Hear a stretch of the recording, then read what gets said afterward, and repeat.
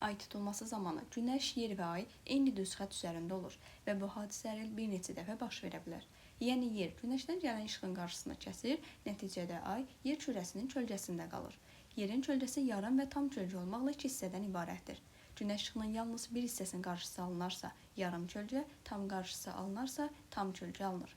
Tutulma isə 3 növ baş verir: qismən, yarım kölgə və tam tutulma.